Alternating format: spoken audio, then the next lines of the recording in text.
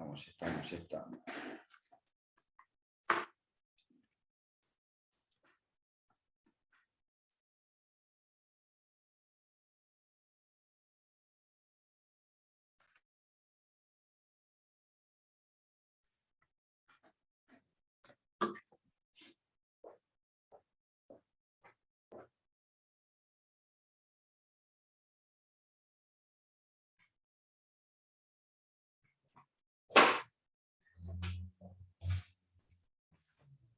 Bueno, está abierto.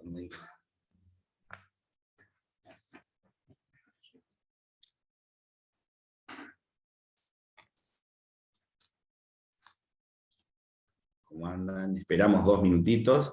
A ver quién más entra y vamos arrancando.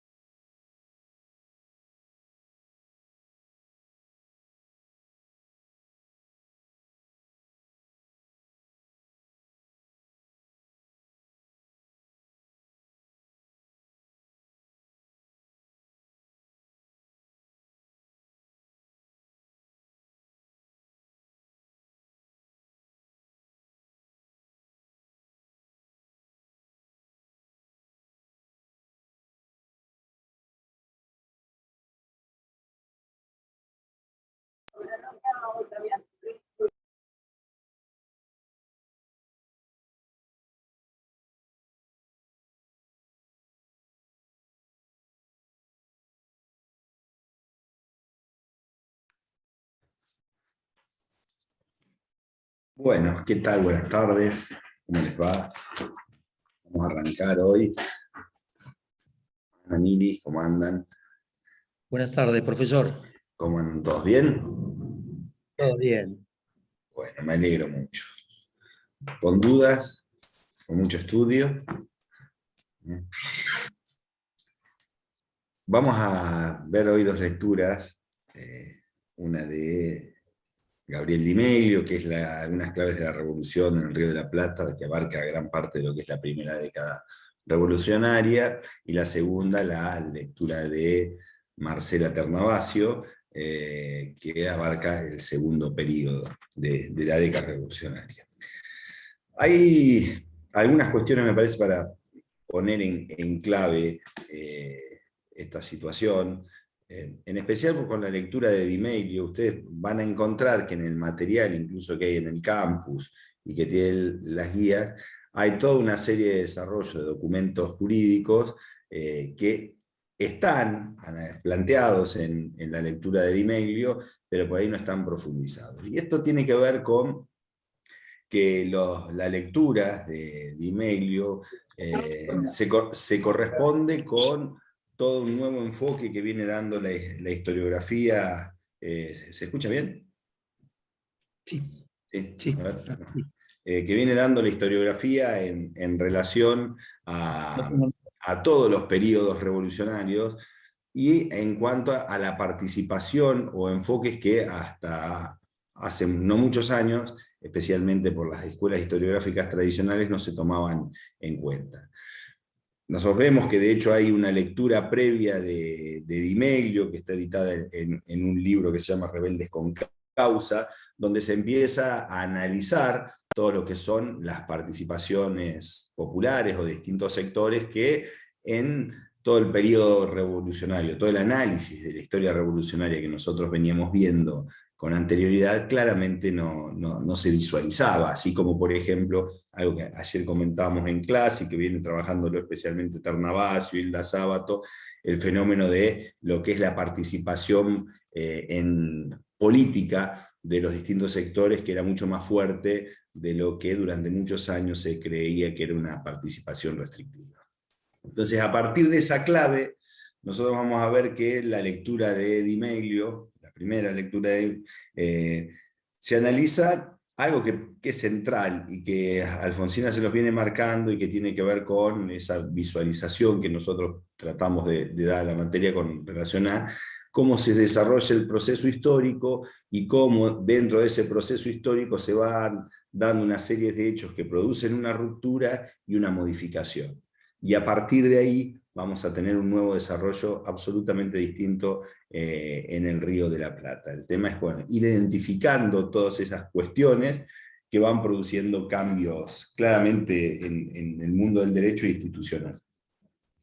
La lectura de Di Meglio, como les decía, tiene todo el desarrollo de estos factores, y ustedes en las guías tienen todo el desarrollo especialmente de muchos de los documentos jurídicos, de los decretos, de los estatutos, de los documentos de la Asamblea, de la Constitución del 19. Bueno, por eso la idea es que logren complementar todas estas cuestiones, que por ahí a veces en la lectura de estas cuestiones más puntuales jurídicamente no están tan desarrolladas, y en algunos casos a nosotros nos parecen importantes, como es todo lo que surge especialmente desde la revolución del 25 de mayo y los distintos documentos que hay ahí. ¿Alguna duda antes de arrancar? Si no, van a estar más que en buenas manos, así que no tienen dudas, ustedes me van a hacer infartar un día de esto, porque no hay ninguna duda. Después aparece en el último día con un rosario de cosas. Espero que por lo menos lleven factura el día de la maratón. Yo no tengo dudas, no puedo tener dudas porque no leí con eficiencia lo que quería leer. Yo recién termino de trabajar y vengo, me siento y agarro los libros, Bueno, y pude conseguir felizmente los apuntes de Di Meglio y lo de Ternavasio, que por supuesto no lo leí hasta ahora, por eso no puedo hacer ningún planteo, pero lo voy a leer, me comprometo en eso. vamos, que venimos con tiempo, por lo menos siempre uno es sincero en eso, pero venimos con tiempo. Bueno, arrancamos, chicas. Buenas, ¿cómo andan? ¿Me escuchan bien? Sí.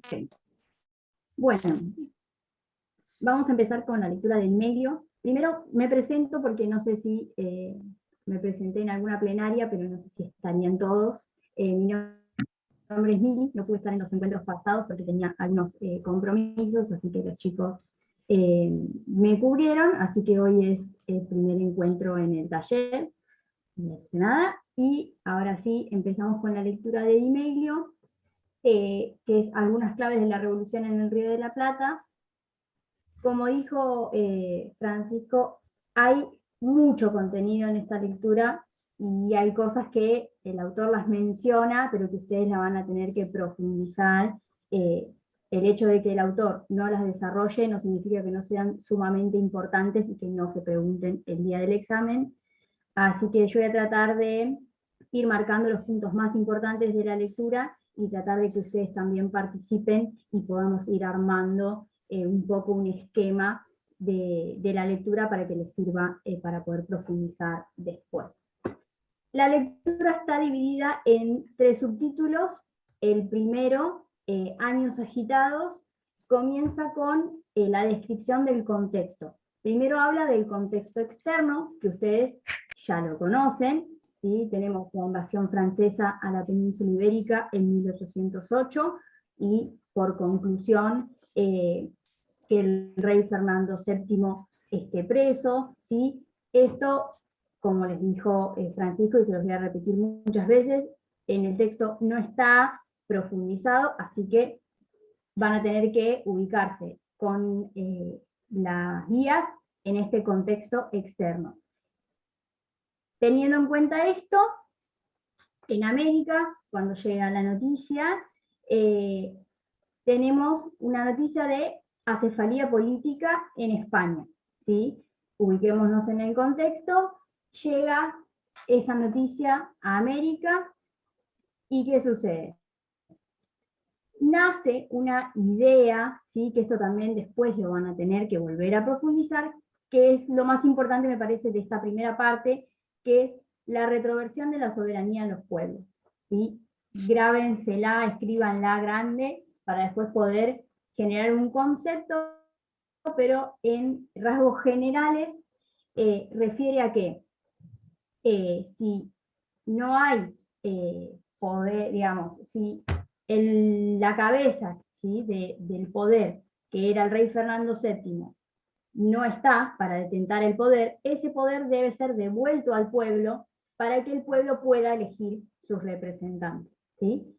Esto en líneas generales, obviamente vayan a profundizarlo, y si tienen alguna duda de los que ya hayan leído y la quieren compartir, la compartimos si quieren ahora o cuando terminamos la lectura, pero es una de las ideas más importantes de este primer subtítulo. ¿Alguien quiere preguntar algo, agregar algo o seguimos? No. Buenísimo. Entonces, tenemos el contexto externo y el contexto Prendan las interno. cámaras, que somos pocos, así nos vemos. Es más fácil.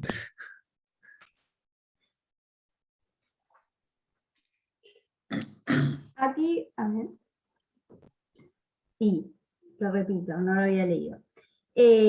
Tenemos como primer parte en este subtítulo la idea de retroversión de la soberanía de los pueblos, que en criollo, se los digo así en una oración nada más, si no está el rey, quien detenta el poder, ¿sí? Sobre el virreinato del Río de la Plata, este poder debe ser devuelto al pueblo para que el pueblo pueda elegir sus representantes, ¿sí?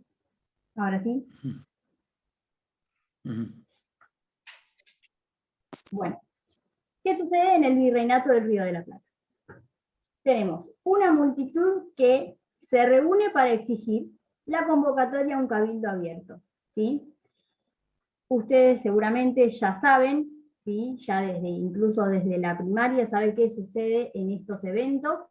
¿Sí? Tenemos dos cabildos importantes. ¿Qué es lo que se logra? Se decide la destitución del rey y la conformación de una junta de gobierno. En primer lugar, como en un primer momento, se decide que esta junta sea encabezada por el virrey que estaba, ¿sí? Saliente, ¿sí? Este virrey a la cabeza de la junta. El 25 de mayo, por otra movilización, y acá vayan teniendo en cuenta y viendo cuántas veces yo voy a mencionar la movilización del pueblo, ¿sí? Que es muy importante que ustedes lo entiendan para que puedan profundizar después en el proceso. El 25 de mayo, la movilización en el Cabildo, apoyada por el regimiento de patricios, obliga a renunciar al virrey y se impone una junta sin participación de las autoridades coloniales. Se invita a los pueblos a enviar diputados y se envía también una expedición al norte. Esto complétenlo con las guías, van a ver que el 25 de mayo en el Cabildo hay posiciones con respecto a cuál era el camino a seguir, ¿sí? No lo vamos a entrar ahora porque el autor no hace más que una mención a lo que sucedía en rasgos generales, así que ustedes vayan y profundicen ahí, así podemos seguir. Acá el autor plantea una evolución del conflicto, ¿sí? Y lo divide en dos partes. En un primer momento, los enemigos, ¿sí? de la revolución fueron las autoridades coloniales. Este conflicto evoluciona para que de manera posterior, en un segundo momento, los enemigos de la revolución fueran los españoles, ¿sí? Entonces tenemos el conflicto que pasa de ser un levantamiento a las autoridades coloniales a una lucha entre americanos y españoles, ¿sí? Y aquí el autor les va a explicar que este proceso de evolución se da porque salen también a la luz un montón de tensiones que había ya preexistentes entre americanos y españoles, ¿sí? Pero en rasgos generales es esto, de una lucha contra las autoridades coloniales a una lucha contra americanos y españoles. Y acá tenemos otro punto que el autor hace énfasis, que es el objetivo de los revolucionarios, ¿sí? ¿Cuál era para ustedes el objetivo de los revolucionarios? El autogobierno. Bien, perfecto. Eugenia leyó. Muy bien. Qué alegría me da, Eugenia. Bien, tenemos el objetivo principal, el autogobierno, ¿sí? En un principio dentro, ¿sí?, de la monarquía hasta el retorno de Fernando VII. Y en otro momento, ¿sí?, se pasa a algo que el autor lo denomina más ambicioso, que es un cambio político y social, ¿sí?, ligado a las juntas de gobierno. Y acá tenemos dos posturas, ¿sí?, la postura de Moreno y la postura de Saavedra. Moreno, en torno a esto que venimos hablando del autogobierno, ¿no? Moreno se identifica con una postura más radical, ¿sí?, que implica una transformación completa del orden vigente, ¿sí? Explica que el rey no era legítimo porque los americanos no habían consentido que él fuera el soberano, sino que medió una conquista. Por otro lado, Saavedra representaba una posición mucho más moderada, apoyado por los diputados del interior. Tengan en claro acá estas dos posturas porque van a seguir y van a plantear todo lo que vamos a empezar a hablar ahora. ¿Qué sucede? Se obliga a Moreno a renunciar a su cargo y a marchar en una misión diplomática. Por ello, sus seguidores movilizan, ¿sí?, con el objetivo de desplazar a los saavedristas, ¿sí? Y acá tenemos también otro punto muy importante, que es la movilización de los miembros del Bajo Pueblo, ¿sí? Estos morenistas que se ordenan y se desplazan, se movilizan para desplazar a los saavedristas, va a inaugurar una práctica, ¿sí?, que se va a volver a repetir y lo van a volver a ver, les diría yo que en la mayoría de las bolillas que vayan a ver en toda la materia. Es una práctica para presionar o remover gobiernos, ¿sí?, mediante la movilización del pueblo, de las masas. Tenemos entonces, en 1811, la movilización de los miembros del Bajo Pueblo. ¿Hasta acá vamos bien? Sí, deditos, algo. Bien, buenísimo. Luego de esta movilización, tenemos claramente una agitación y nace el primer triunvirato. ¿Qué pasa en el primer triunvirato? El autor dice que hay una situación bélica mucho más compleja. Belgrano tiene una... Ahí pide Karina, si podés un cachito más despacio. Vienen problemas de Wi-Fi. Bueno, dale. Karina, cualquier cosa, si te perdés de algo, me pones y lo vuelvo a repetir. Vamos repasando entonces, para que vaya quedando claro. Objetivo de la revolución, autogobierno, ¿sí?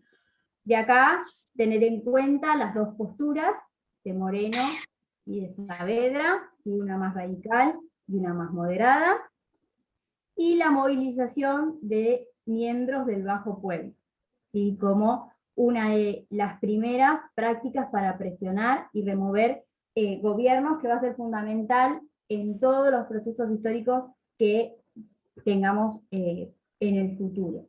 Tenemos esta remoción de la Junta y el nacimiento del primer triunvirato, con una situación bélica mucho más compleja. ¿Que cuál es? Belgrano en el norte obtiene la victoria que detiene el avance de los leales al Consejo de Regencia, y por otro lado, los revolucionarios no logran tomar Montevideo. El triunvirato, según lo que nos dice el autor, es moderado, ¿sí? Tengan siempre presente esto de las dos posiciones para cuando seguimos analizando la lectura. El triunvirato es moderado, ¿sí?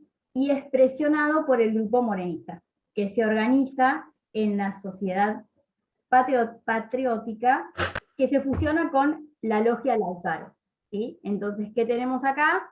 Un triunvirato moderado, presionado por el grupo de los morenistas, que ya sabemos que es más radical, que se organiza junto a la logia Lautaro en la sociedad patriótica. ¿Qué sucede? Se derriba este primer triunvirato y nace el segundo triunvirato, ¿sí? Obviamente motivado por la logia. ¿Cuáles son las premisas, ¿sí? ¿Cuáles son los objetivos que va a tener la logia en este proceso, en el segundo triunvirato? Primero y principal, ganar la guerra contra los enemigos de la revolución, ¿sí? En un segundo lugar, una independencia absoluta. Acuérdense que estamos dentro del pensamiento mucho más radical, ¿sí? Un fuerte centralismo, ¿sí? Como otra característica, y concentrar el poder en un director supremo. Entonces, este gobierno va a ser el segundo triunvirato, motivado por la logia, muchísimo más centralista, muchísimo más radical, ¿sí? Con el objetivo de lograr una independencia absoluta y de ganar la guerra contra el enemigo de la revolución. Un gobierno que se va a basar en un manejo secreto, ¿sí? En consulto, y que va a tratar de limitar esta movilización popular. Hasta ahí vamos. Va saltando mucho de proceso a proceso y no se detiene demasiado a brindar explicaciones muy largas, solamente marca los puntos más importantes, que es lo que para mí tienen que quedar claros hoy, para que ustedes después puedan ir a las guías y puedan ir al material y vayan completando esa línea de tiempo y de procesos para el parcial. Después de acá tenemos... Una interrupción cortita. ¿Y por qué es importante eso, que es lo que les dice Miguel ahí, chicos? Fíjense que el autor desarrolla mucho en poquito. Porque acá lo que tienen, todo ese periodo que va desde mayo hasta la conformación ya casi de los triunviratos y posteriormente el directorio, no solo tienen distintos cambios y procesos juntos. Fíjense que primero les tiró una bomba nuclear, porque el tema de lo que es la retroversión de la soberanía es un tema que es profundo en el Cabildo, que hay mucho escrito, que influye en todo el proceso juntista como se dio en España, y además de tener varios cambios de gobierno, tienen varios cambios y generación de documentos en todo eso. Por eso lo que les marcaba a mí, y ahí me parece que es importantísimo, porque ustedes tienen en muy poquitas hojas todo eso compactado en aras de otros análisis superiores, pero no lo dejen pasar, y perdonen que lo insistamos, porque, o sea, la lectura, esta es una lectura de las lindas, porque en muchas cosas no tiene complejidad en el desarrollo o en algunos análisis, sino que plantea cosas nuevas, pero también le falta la cuestión de esa institucional jurídica que por ahí tienen que prestarle atención. Por eso que les decía además como método para organizarlos en la lectura, es más, fíjense que hasta la lectura, con el espacio ese que tienen en blanco, ahí abajo pueden armar la línea de tiempo. Tienen para desarrollarlo, háganlo, porque generalmente si no, se pierden. Y lo vemos en los exámenes. ¿Cómo llego? No. Bueno, Sí, llegás, hasta ahí Bruno, vamos no, bien. no rezongues, llegás, vení bien con tiempo, pero tranquilo.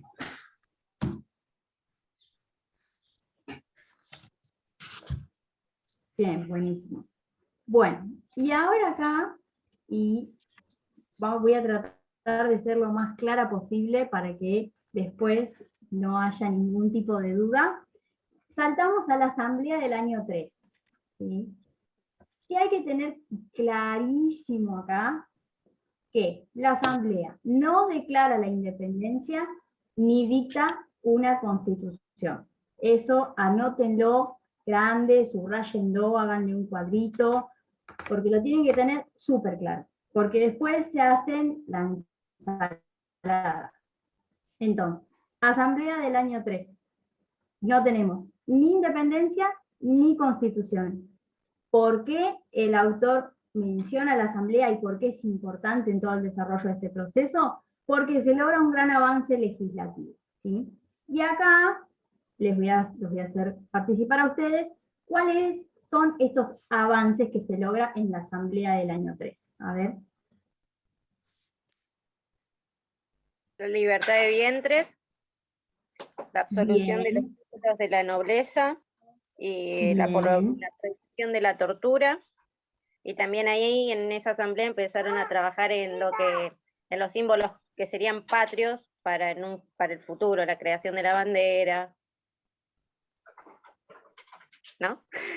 Bien, buenísimo. ¿Qué ¿Alguien se más? ¿Qué anima más? a tratar de explicar con sus palabras lo que significa la libertad de vientres? Con esta mate. A ver. Que los nenes nacidos de mujer esclava eran libres por haber nacido en ese periodo. ¿Sí? Bien, perfecto. Entonces, hay que diferenciar que no significó una abolición a la esclavitud, ¿sí? La libertad de vientres es esto que decía Bruno. Todos los hijos nacidos a partir de esta sanción de la libertad de vientres van a ser libres, ¿sí? Que es una abolición de la esclavitud, si quiere decir, periódica, ¿sí? Que va haciéndose a lo largo del tiempo. Pero que quede claro eso. Entonces tenemos, y lo vuelvo a repetir. Bien, buenísimo, ahí Karina me lo puso. Volvemos a repetir. Asamblea del año 3. No declara la independencia ni hay constitución. Tenemos este avance legislativo que es el que decía Eugenia. Libertad de vientres, suspensión del título indígena, le dejamos de jurar fidelidad a Fernando VII, tenemos la abolición de los títulos de nobleza y la prohibición de la tortura, además de todo el avance en cuanto a los símbolos patrios. Aclarado esto, tenemos el...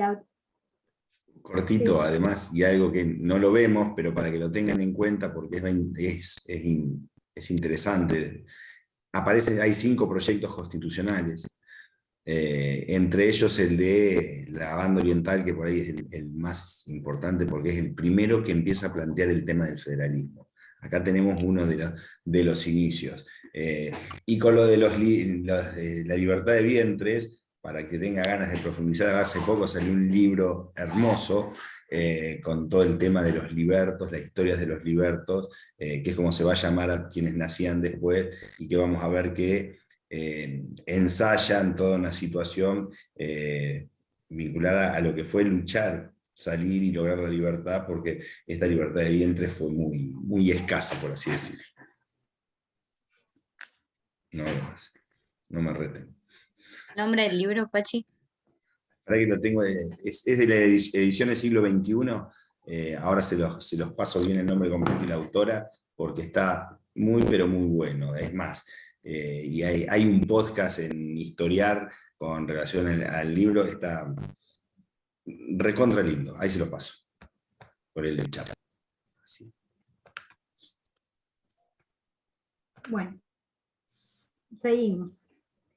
Yo había dejado el tema de los proyectos para explicarles un poco cómo es el problema con la banda oriental, ¿sí?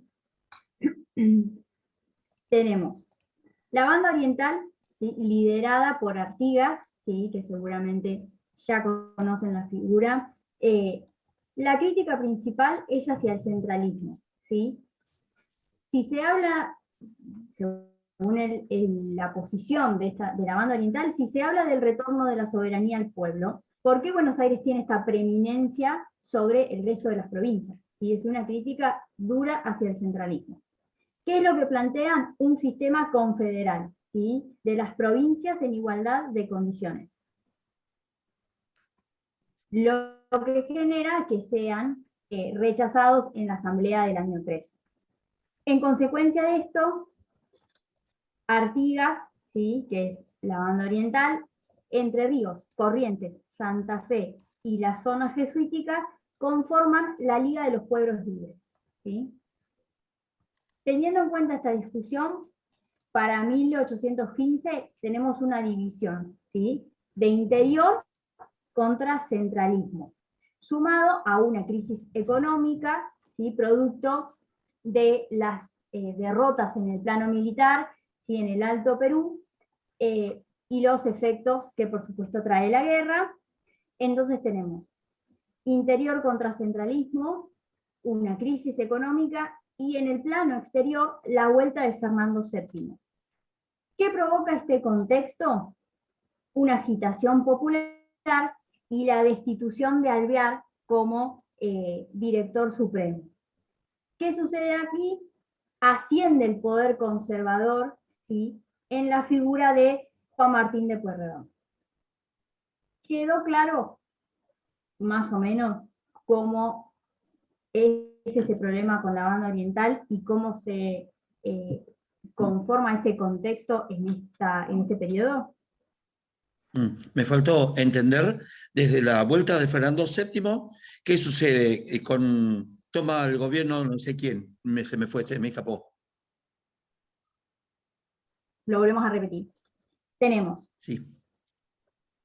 en 1815, ¿sí?, Sí. pongamos una fecha de referencia, que ahí también Karina preguntó, no vamos a ir fecha por fecha todo lo que pasa, ¿sí? Tengan en cuenta, lo más importante acá es tener en cuenta el proceso.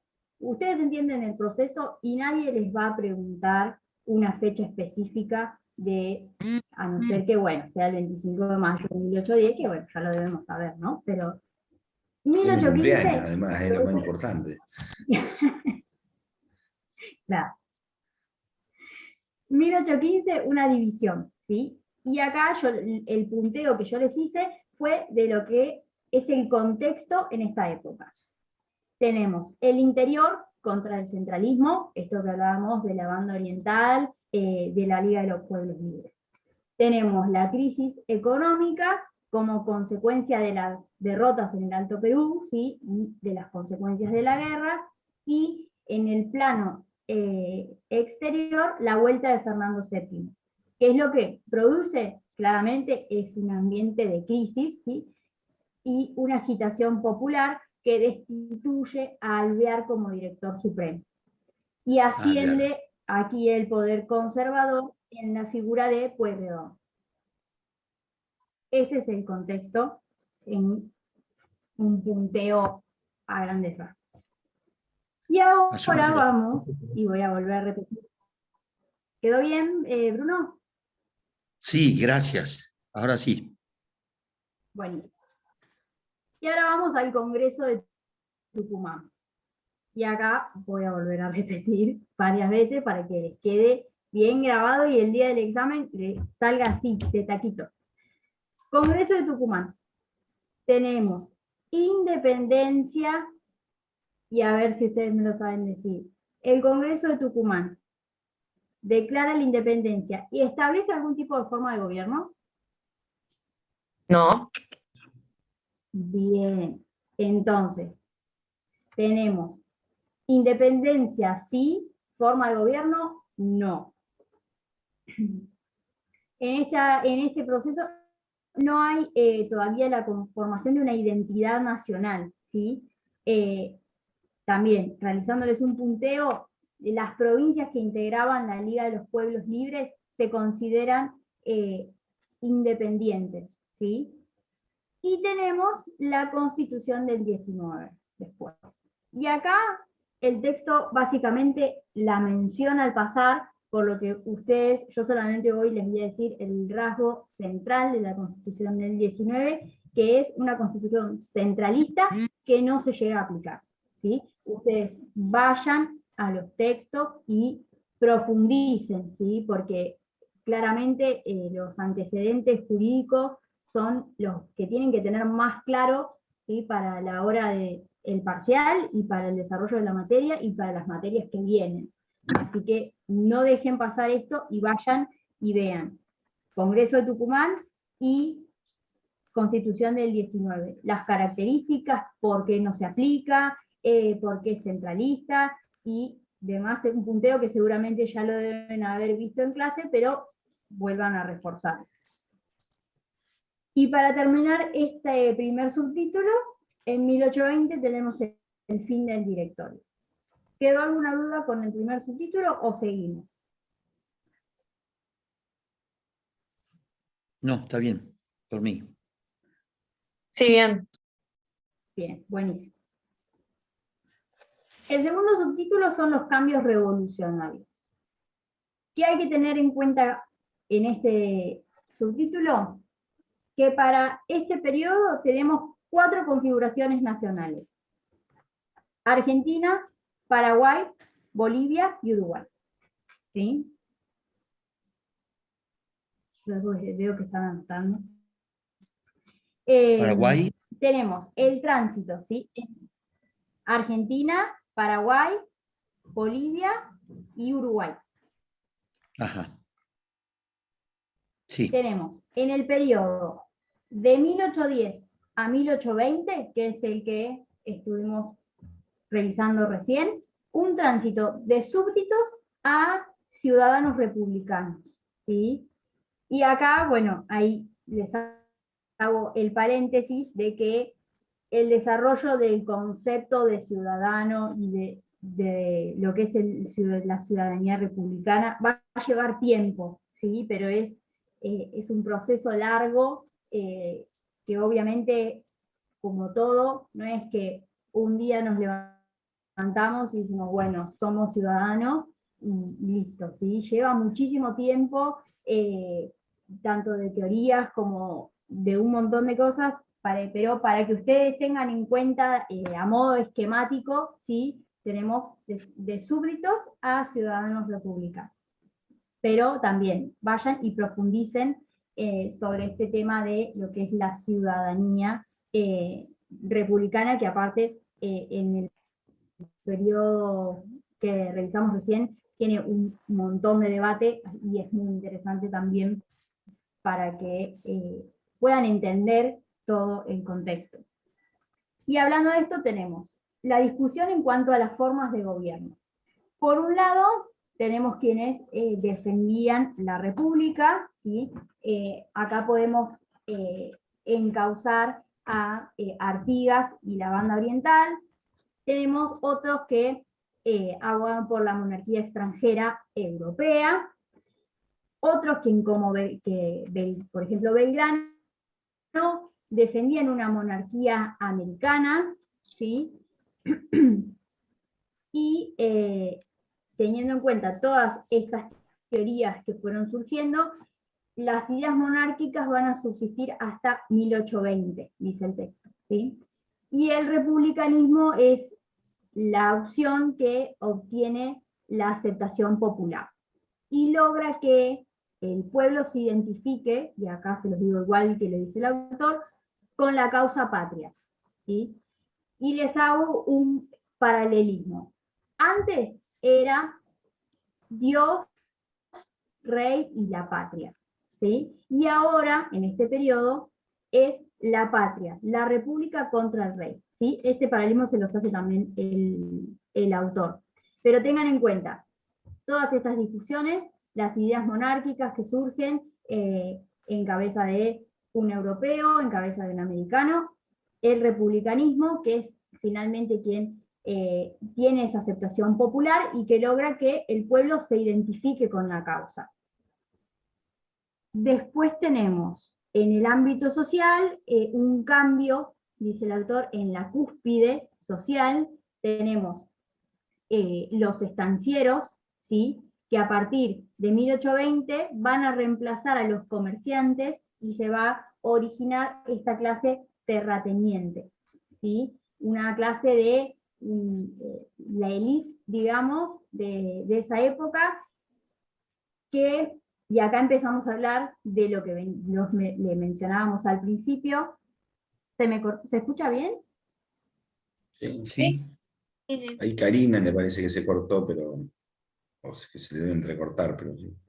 Ah, bueno, pues leí tanto, se cortó que digo, uy, no, me están escuchando nada. Se debe estar cortando a vos, Karina, o debes tener una conexión inestable. Bueno, no sé si bueno, si no llegaron a escuchar el tema de la discusión y eso, me lo ponen y lo volvemos a repetir, pero sigo así también, les queda tiempo para ver Navacio con Ana y con Octavio.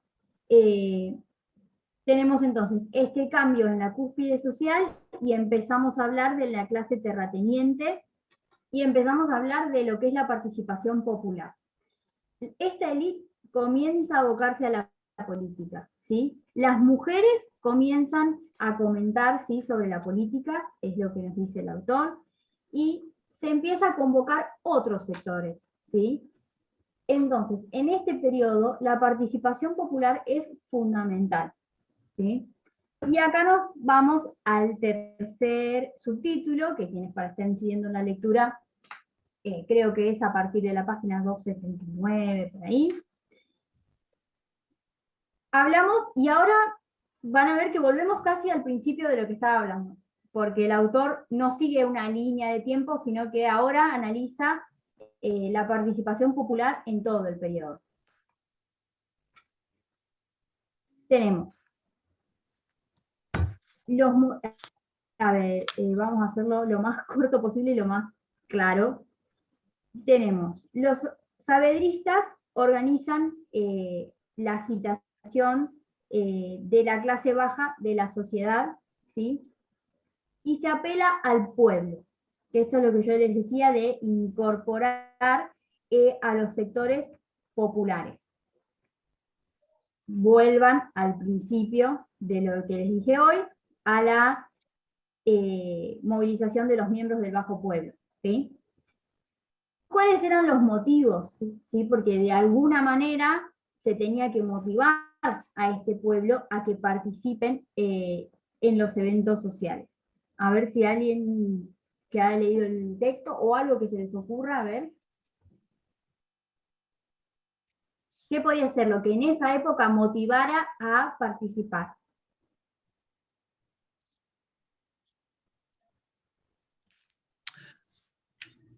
La posibilidad de elegir representantes. Puede ser encauzar ese, como ese enojo, ese odio que tenían hacia los españoles, y como todo ese lo manejaban todo ese odio y lo focalizaban en un grupo, en un grupo concreto, para definirlo y hacer como si fuese una grieta y decir, bueno, mirá, nosotros somos los americanos y ellos son los españoles y hay que sacarlos a los españoles porque ya no somos más España. Bien, esa puede ser una opción. Tengan en cuenta que las movilizaciones estaban conducidas por figuras de los alcaldes de barrios, ¿sí?, de figuras respetadas, y por supuesto que, a ver, como dice el autor, el petitorio era claro, o sea, había que exigir la expulsión de los españoles, esto como primer lugar. Y después, en esta búsqueda de motivos, el autor nos habla de el comienzo de las relaciones clientelares. Y acá también vean este concepto porque más adelante lo van a ver un montón de veces. Se empieza a acudir a las fiestas políticas, ¿sí?, comienzan a ser centrales en este periodo, y a posterioridad vean cómo hasta en la actualidad todavía tenemos esas movilizaciones basadas en estas fiestas políticas, en las fechas patrias, ¿sí? Piensen en eso. Entonces, tenemos la fiesta política, ¿sí? Con la presencia popular en celebraciones públicas claramente politizadas. Tenemos, por otro lado, los motines, ¿sí? En el texto van a encontrar el motín de 1811, tienen después el de 1819 y el de 1820, que son motines de tropas, ¿sí? Tanto la tropa del regimiento de patricios como la del tercer tercio cívico. ¿Sí? Tenemos fiestas políticas, motines,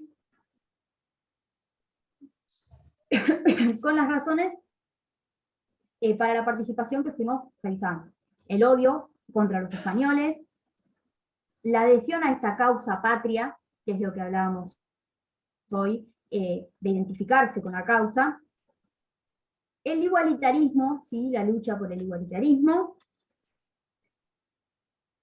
la disolución del sistema de castas, ¿sí? Estas son motivaciones, ¿sí? No para nada es algo que haya sucedido, sino que eran motivaciones por las cuales este pueblo iba a aquellas movilizaciones. Después, dentro de la población negra, ¿sí? El que habla el autor, tenemos el objetivo de la libertad, ¿sí? Mediante el ingreso al ejército y la esperanza que les dio, digamos, la libertad de vientres, por lo que en este periodo tenemos un debilitamiento de la esclavitud. Otro de los motivos eran los derechos ultrajados, ¿sí? Y como punto importante, esto del clientelismo político. Esta influencia, ¿sí? De esta nueva clase social, que eran los terratenientes, esta influencia de la élite, para mover multitudes, ¿sí? Y politizar, como dice el autor, los espacios de sociabilidad, ¿sí? En el mercado, en las calles, en las pulperías, en las fiestas, ¿sí? Tengan en cuenta, o sea, vean cómo es la evolución de ese proceso de participación de las masas, que es muy importante. Vean que absolutamente todos los lugares estaban politizados, ¿sí? Y grábense esto de politización de los espacios de sociabilidad. Una cosa, Mili, ahí, fíjense lo que les marcaba hoy ella con relación a la participación política, las relaciones clientelares. Vincúlenlo con lo que veíamos ayer. Es por ahí la importancia de esa participación que se daba de la población y cómo se va generando todo ese método clientelar que después le va a hablar Lynch en las tendencias y análisis de los caudillismos. Fíjense cómo ese desarrollo se va dando en todo el periodo. Por eso la importancia que marcaba Mili recién, en donde la aparición de esos sectores, la participación política, empiezan a ser determinantes en todo este periodo revolucionario y cambian la lógica colonial donde los criollos y ninguno de los sectores participaban. Eso nada más.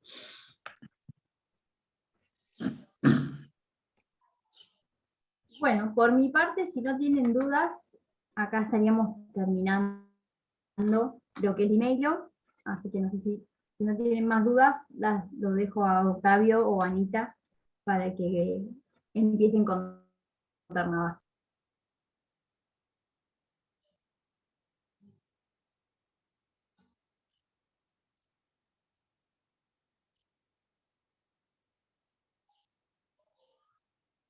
Por mi parte, claro, así que no hay problema. Sí, para mí también.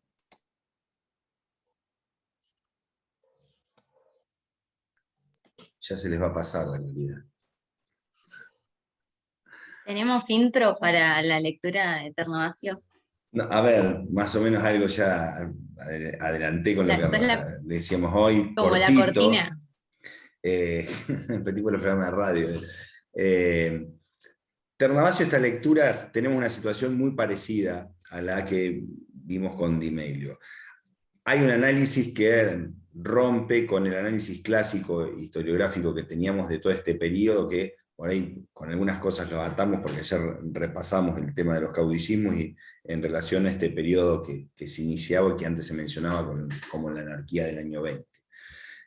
Tenemos una lectura que abarca un periodo muy importante, donde es fundamental entender que está organizado el país o el territorio a través de un sistema de pactos, que vamos a tener el reconocimiento de esas distintas instituciones provinciales, y cómo hay un permanente intento de organización, y cómo se van destacando cuestiones que tienen que ver con esos intentos de organización y con los vaivenes políticos. Empezamos a ver que el federalismo y el unitarismo tienen fuertes confrontaciones para después, al final de la lectura, llegar a lo que es casi la desaparición de las diferencias entre unitarios y federales como cuestiones de forma de gobierno, transformándose en sectores políticos. Así que, para no ser larguero y aprovechar el tiempo, dale ánimos.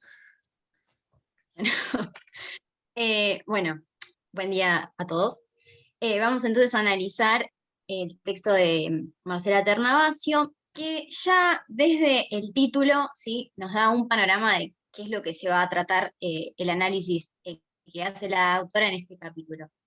Bueno, el título del capítulo es La unidad imposible, ¿sí?, que es un hecho que va a caracterizar, ¿sí?, a toda esta época, ¿bien? Vamos a analizar la década del 20, y antes de ir a hacerles algunas preguntas, si es que lo leyeron, quería decirle dos cuestiones.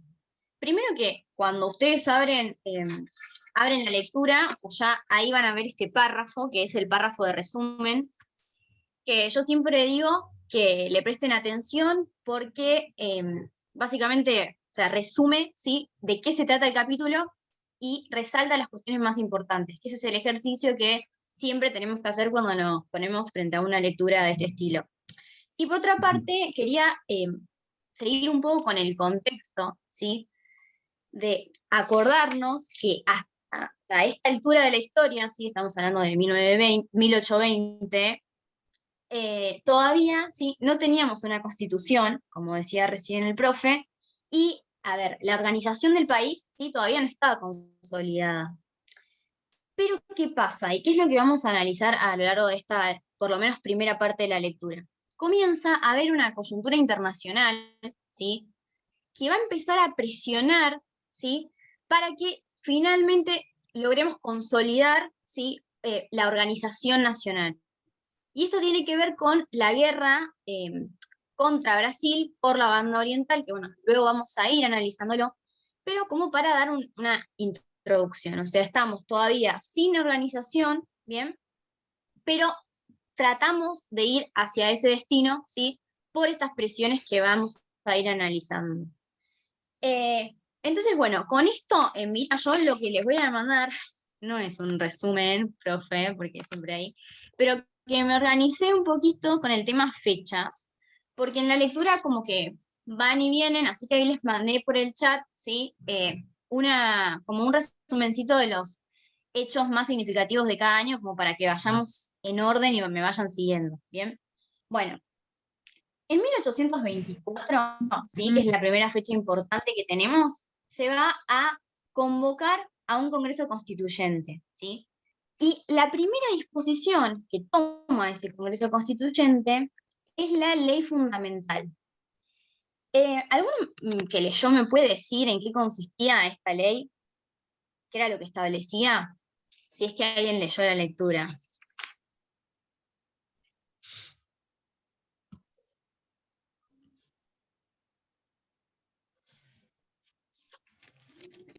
No lo leí yo. Sí, no pasa nada, no pasa nada. Pregunto por si alguien lo leyó o si lo están buscando ahora, que estoy viendo que ahí andan con las hojas. O que se acuerden de las clases que han tenido, porque esto lo han visto ya. ¿Establecía el respeto de las autonomías provinciales? ¿Puede ser? ¿Esa es? Bien. Sí, en algún punto podemos decir que deriva en eso, pero no es como lo principal. pero bueno, si no lo digo yo para agilizar un poquito.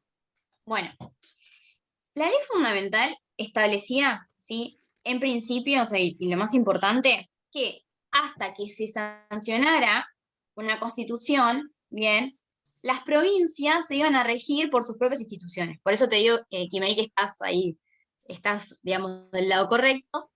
Pero que lo importante de la ley fundamental es que se le delega, ¿sí? Provisoriamente, y es importante esta palabra, provisoriamente, las funciones del Poder Ejecutivo Nacional en el gobernador de Buenos Aires, ¿bien? Gobernador de Buenos Aires, que en esa época era Las Heras.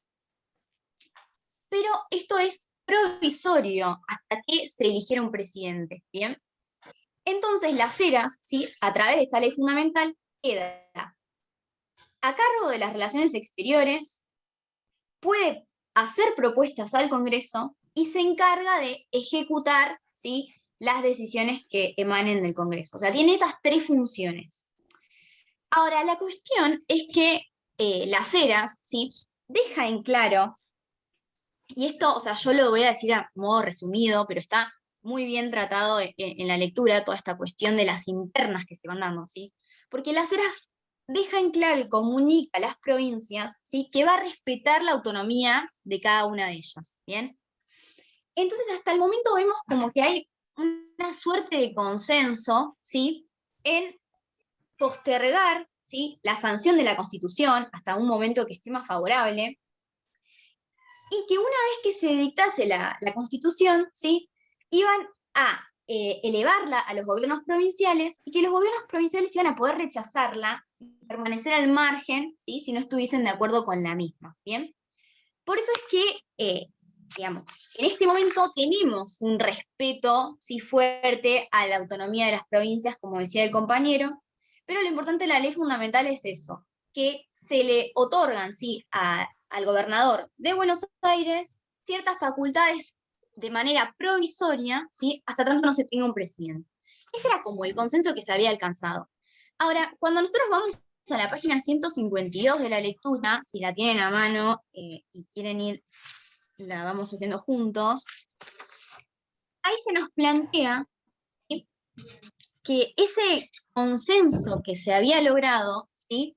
Se erosiona, o sea, se va a ir erosionando ese status quo que se había alcanzado. Y esto van a ver en la lectura que está bien marcado, que se debe a una serie de razones.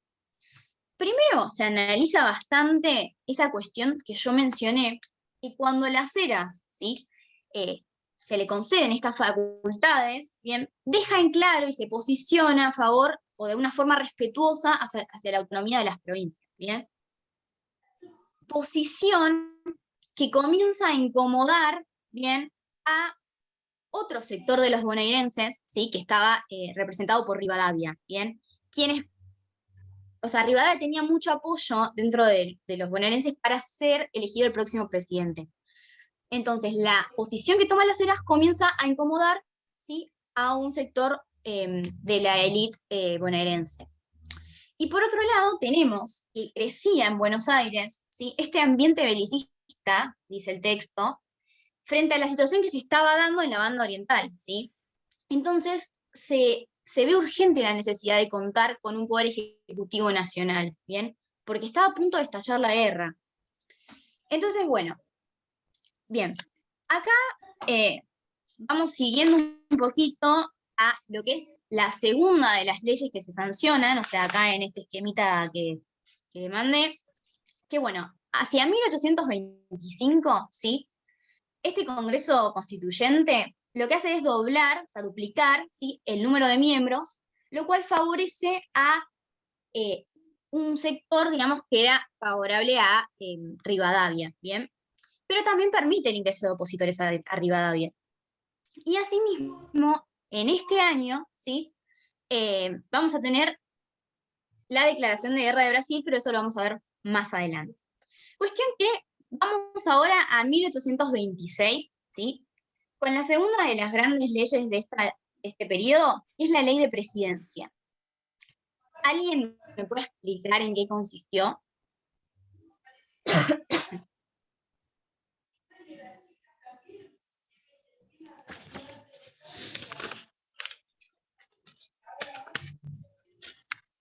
Se designa como presidente a Rivadavia para tomar las decisiones rápidas, ya que estaba declarada la guerra contra Brasil y había que determinar algunas decisiones de manera inmediata, y bueno, se le da el control a él para tomar esas decisiones. Para que haya un Bien, gobierno fuerte. perfecto. Bien, se crea, ¿sí?, un ejecutivo permanente, ¿sí? Y como dijo el compañero, Rivadavia fue nombrado presidente. Ahora, ¿qué es lo que sucede con esta ley? Claramente que genera un gran debate dentro del Congreso, ¿sí? Porque muchos consideraron que mediante esta ley de presidencia se violaba la ley fundamental. ¿Por qué? Porque yo cuando les hablaba de la ley fundamental les hice énfasis en esa palabra de provisorio, ¿bien? Y acá se creaba un ejecutivo permanente, o sea, que iba a trascender, digamos, en el tiempo. Por eso es que muchos, digamos, se opusieron a la sanción de esta ley. Pero como decía el compañero, era una época en la que se necesitaba tomar algunas decisiones en forma rápida por el contexto en el que se estaba viviendo, ¿sí? Bueno, ¿cuál es ese contexto? Vamos a profundizar un poquito más. Rivadavia asume la presidencia, ¿bien?, cuando ya se le había declarado la guerra a Brasil, como dije, en 1825, se le declara la guerra a Brasil, porque el Congreso, ¿sí?, acepta la incorporación de la banda oriental a las provincias del Río de la Plata. Entonces, a través de esa declaración que hace el Congreso de considerar a la banda oriental como propia, ahí es donde finalmente estalla la guerra. Eso en el ámbito externo. Ahora, también Rivadavia asume la presidencia en una época turbulenta a nivel interno, en cuestión de cómo se estaba, digamos, polarizando, ¿sí?, la política. ¿Y esto por qué? Porque se consolidan las divisiones políticas en dos grupos, ¿sí? Por un Los lado vamos unitarios a y los tener... federales. Perfecto, Juan. ¿Y qué era lo que cada uno de ellos sostenía?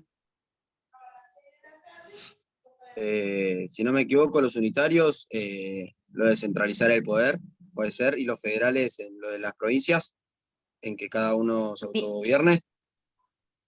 Bien, tenemos unitarios que quieren esa forma de gobierno centralizada, muy bien, y los federales que buscan una forma que respete esa soberanía justamente que tienen las provincias. Entonces, ese es el contexto en el cual asume Rivadavia, ¿bien? Es importante tener en cuenta de que ya arranca, digamos, con el pie izquierdo. Bueno, y ahora vamos a avanzar un poquito en lo que es la tercera ley importante, ¿sí?, que es que Rivadavia la dicta, acá dice el texto, a los 3 días de asumir, ¿sí?, o sea, el mismo año, estamos hablando de 1826, que es la ley de capitalización. ¿Alguien me puede decir en qué consistió esta ley? Declaró que Buenos Aires era la capital de la provincia. Bien, y algo más también decía. Y le daba algunas ventajas, como el recurso aduanero. Claro, esto, bien, bueno, la ley de capitalización, como dijo Eugenia, declaraba a Buenos Aires la capital del poder nacional. Y asimismo reorganizaba, ¿sí?, a lo que era la provincia de Buenos Aires en dos territorios distintos, o sea, lo que era la provincia del Salado y la del Paraná. Entonces, si analizamos las consecuencias que trae esta ley, ahí viene lo que dice Juan, ¿sí?, de que claramente que crece la irritación en los sectores porteños, ¿sí?, porque pierde la provincia de Buenos Aires su mayor fuente de riqueza, que era la aduana. ¿Bien? ¿Por qué? Porque la aduana pasaría a estar a manos del gobierno nacional. Ahora bien, también hay una parte interesante, ¿sí?, en la lectura, que explica en esta época, hablando de la ley de capitalización, cómo esta ley, ¿sí?, genera el odio de sectores que originariamente habían apoyado a Rivadavia, ¿bien? Entonces Rivadavia ya había arrancado mal y con esta ley va de mal en peor, porque también, ¿sí?, se gana, digamos, el odio de los sectores fuertes que estaban en el campo, o sea, lo que era la campaña, ¿sí?, que ahí tenías a los Sancho Arena, a los Rosas, o sea, grandes terratenientes, que esta división en dos de la provincia, digamos, perjudicaba sus negocios. Bien, bueno, ahora vamos a ya apurar un poco, porque ya son y 10, hablar un poquito, ¿sí?, de lo que es la Constitución de 1826. O sea, 1826 vino bastante cargado, porque ya estuvimos hablando de la ley de presidencia, la ley de capitalización, y también se sanciona, ¿sí?, una constitución. Ahora, ¿alguien me puede decir que la lectura los marca bien? ¿Cuáles fueron los cambios de la Constitución de 1826 en relación a la de 1819? En principal se establecía una forma de gobierno. Perfecto. ¿Y cómo era esa forma de gobierno que se Y establecía? republicana, Sí. puede ser. Sí, representativa, republicana y consolidada, ¿sí?, en unidad de régimen. Bien, o sea, ¿qué sector, digamos, político gana, entre comillas, ¿no? Pero ¿qué predomina si decimos que es una unidad de régimen? Unitarios. Bien. Y la otra cuestión importante es que cambia, ¿sí?, en relación a lo que era la Constitución de 1819, la denominación que pasa de ser Provincias Unidas a República Argentina. Bien. Pero bueno, o sea, esta República Argentina también, digamos, que nace, por decirlo así, esta Constitución, en este contexto que venimos analizando, que era completamente desfavorable, ¿sí? Dos cosas que les quería, una cosa que les quería decir era que en la lectura tienen como un apartado que se denomina un poder central y bienhechor, que está bueno porque básicamente es un manifiesto, ¿sí?, que plantea cuáles serán las ventajas, ¿sí?, de la unidad de régimen. Entonces está bueno como para ver cómo pensaban en esa época, que lo lean, o sea, que no lo pasen por alto. Y ahora, lo último que voy a decir, y ya le paso a Oki, es que tenemos entonces para la Constitución de 1826, ¿sí?, un contexto muy desfavorable, tanto a nivel interno como a nivel externo. A nivel interno, ¿sí?, ahora con Oki van a analizar lo que es la guerra civil, ¿sí?, y a nivel externo está la cuestión de la guerra contra el Brasil, que es lo que nos queda analizar a nosotros. Y para repasar, o sea, ya dijimos que había estallado la guerra en 1825, pero ¿cuál era la razón? A ver, esto más o menos lo dijimos, pero si se acuerdan de lo que estuvimos hablando. ¿Por qué estalla la guerra? Porque se Porque reconoce. Perdón, no, dale vos. se reconoció a Brasil la posesión de la banda oriental del Uruguay. En realidad, acá, por si no quedó claro, es al revés. O sea, el Congreso, ¿sí?, de Argentina, digamos, en esa época, reconoce a la banda oriental como propia, bien, y claramente que Brasil pretendía que sea parte de su territorio. Entonces hay una disputa, ¿sí?, en quién se queda con la banda oriental. Bien. Ahora, Hubo ahí el problema...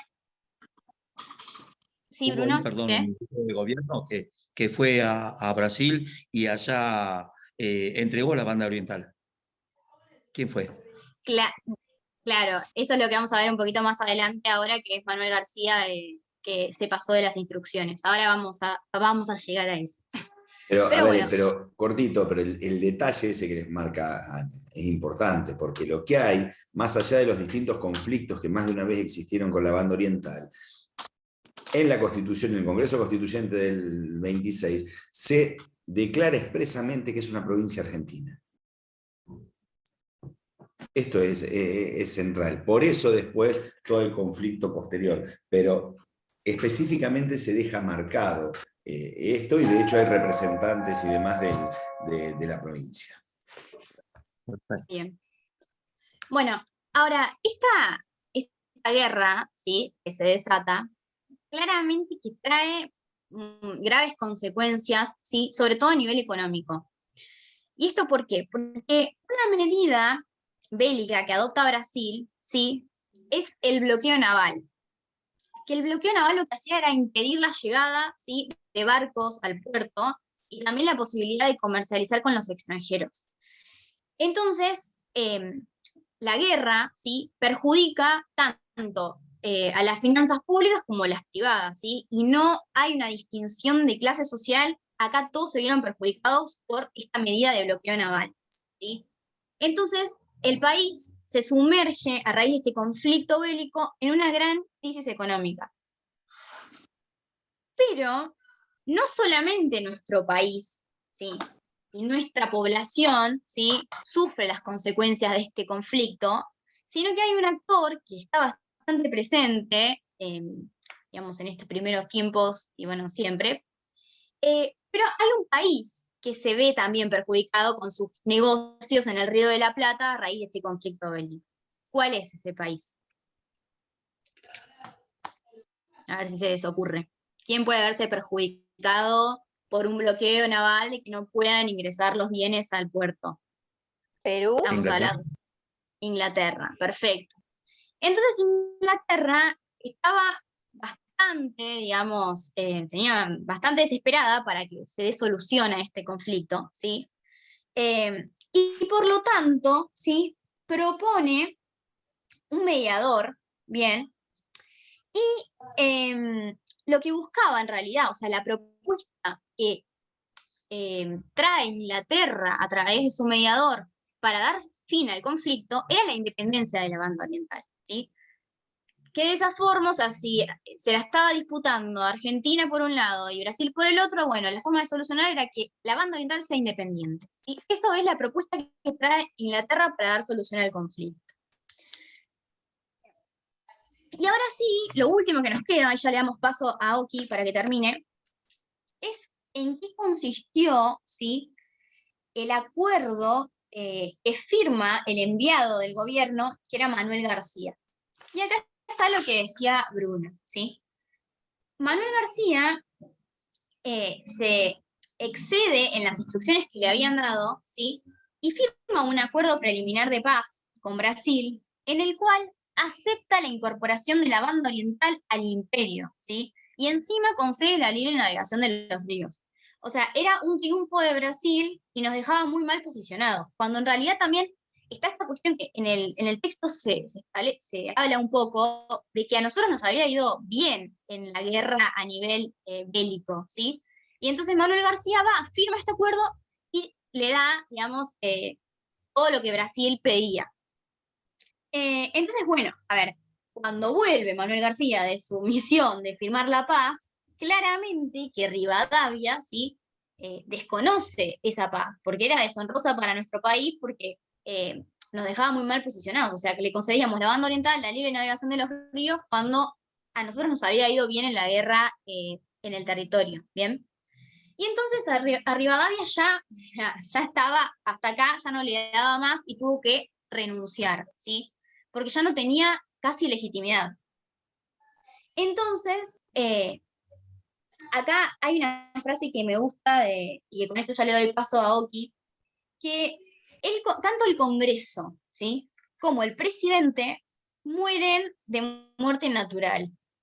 Y esto es una frase que me gusta porque es como que todos los acontecimientos conducen a que ese no era el momento oportuno para conseguir nuestra tan ansiada organización nacional, así que todavía vamos a tener que seguir largos años luchando para finalmente obtenerla. Pero este no era el caso. ¿Por qué? Porque después de que Rivadavia renuncia, se designa a Vicente López y Planes, pero que Vicente López y Planes ya tenía menos legitimación que Rivadavia, así que ambas instituciones caen. Bien, y ahora le doy paso a Oki, que va a hablar de todo el conflicto interno. ¿Se entendió? ¿Queda alguna duda? Me quedó retener bien esa frasecita que dijiste.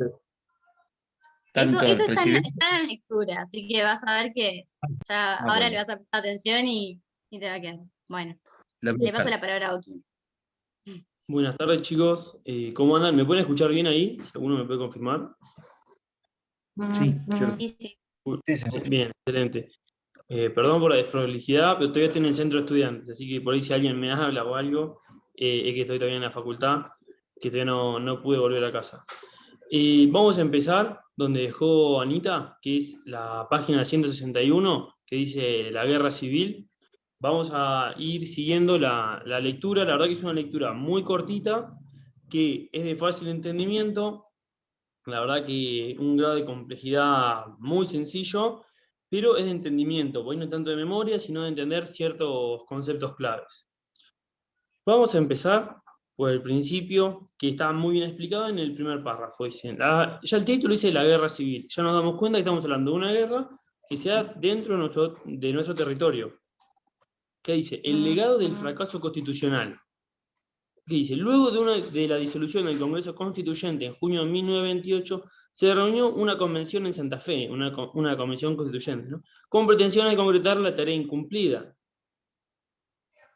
Pero la iniciativa quedó frustrada casi de inmediato. Las resillas internas dentro del propio campo federal produjeron que la convención se disolviera 2 meses después. Entonces, esto que es pregunta de examen, no había un gobierno central. Es similar a qué situación que había tenido Argentina, que ya la vieron.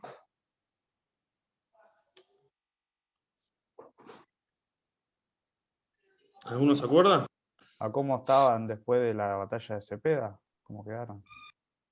No, esto es antes, es a lo que se denomina la anarquía del año 20.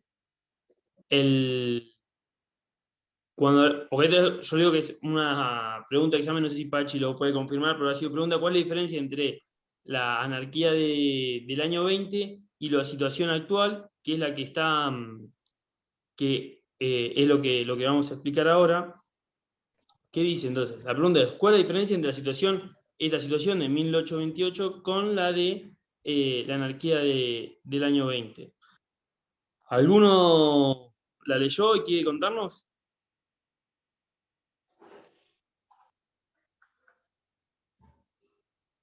¿Cuáles son Además las la pregunta diferencias? esa, Octavio, es tramposo, porque les pone una pregunta donde pero primero tienen que arrancar explicando por qué no es la anarquía del año 20. Claro, que está mal dicho también. Si dice la anarquía del año 20 puede llegar a Entonces, estar... ahí tienen, esa pregunta Claro, se ha hecho y hace comparar toda la cuestión, pero claro. fíjense que tienen que arrancar con todo un desarrollo. Y la anarquía del año 20 es porque en ese momento, al no haber gobierno central, cualquiera hacía lo que bien le parecía. Ah, sí, No, mire usted. hay un hecho objetivo que es una similitud, que es que no había un gobierno central. Eso es igual en los dos. Si quieren empezar, o sea, primero si dicen diferencia, tienen que empezar diferenciando, pero en los dos momentos no hay un gobierno central, pero se diferencian varias cosas. Ya en el tercer párrafo ya lo dice, si alguno se lo marcó o algo, porque esto es bastante importante, es creo que de lo principal de la lectura. Puede ser que haya ahora una mayor importancia política de lo que es la zona de la campaña, los espacios rurales. Exactamente, exactamente. Bueno, Y para hacerlo un poco más también, rápido, así no nos extendemos tanto el tiempo, lo vamos a ir leyendo, pero lo que sí vos es así. Y un poco antes el texto ya dice que el cabildo no existía, que el lugar que ocupaban los cabildos ya lo habían hecho las provincias. Es decir, las provincias en estos años ya habían digamos, habían construido ya su poder, ¿no? Ya su administración estaba consolidada, entonces las provincias podían manejarse independientemente. Dice: las bases del poder político e institucional se habían reconfigurado al conformarse las repúblicas provinciales e integrarse los espacios urbanos y rurales a través de los entramados jurídicos sancionados durante la década. ¿Qué quiere decir? Que durante ese momento las provincias empezaron a construir como verdaderos espacios políticos, administrativos, ¿no? Donde ya es como si hoy desaparece el gobierno central, no es que no hay nadie a cargo, tenemos nuestro gobernador, nuestra legislación, bueno, podemos decir que sería algo parecido. Y justamente, como dice el compañero, dice: este proceso mostraba un desplazamiento de poder desde tradicionales espacios urbanos coloniales hacia un nuevo espacio político en que la campaña comenzaba a cobrar mayor relevancia. Otra diferencia, ¿cuál era el marco económico o la economía? ¿Cuál es la diferencia que dice el texto? También, está justo ahí abajo. Uno quiere decir, Un cambio de sistema económico, de pasar a la exportación sería de minerales al campo y, ¿cómo es? Ay, no me sale. Sería la Libre cultura. comercio. exactamente. Recuerden que, primero, recuerden la estructura geográfica de Argentina, que Buenos Aires es uno de los puertos más grandes, ¿no? Y dice, en el plano de la economía, la desestructuración de los circuitos mercantiles coloniales del Alto Perú y la declaración de libre comercio volcán, visiblemente en el caso de Buenos Aires y más tarde en el resto del litoral, el motor de crecimiento económico hacia una producción ganadera destinada al mercado atlántico. Es decir, que este conflicto que ya lo estuvieron viendo y que lo vamos a ver hasta el hartazgo de Buenos Aires, que tenía el mayor poder por tener el mayor puerto, que obviamente al tener mayor poder económico, exactamente, la producción ganadera. El que tiene el mayor poder económico es el que va a tener poder mayor militar, político, ¿no? O sea, piénsenlo desde ese lado, ¿no? ¿Qué otro tema hubo? Lo que decía antes el compañero, el campo, digamos, la campaña empieza a ganar poder. ¿Y quiénes surgen?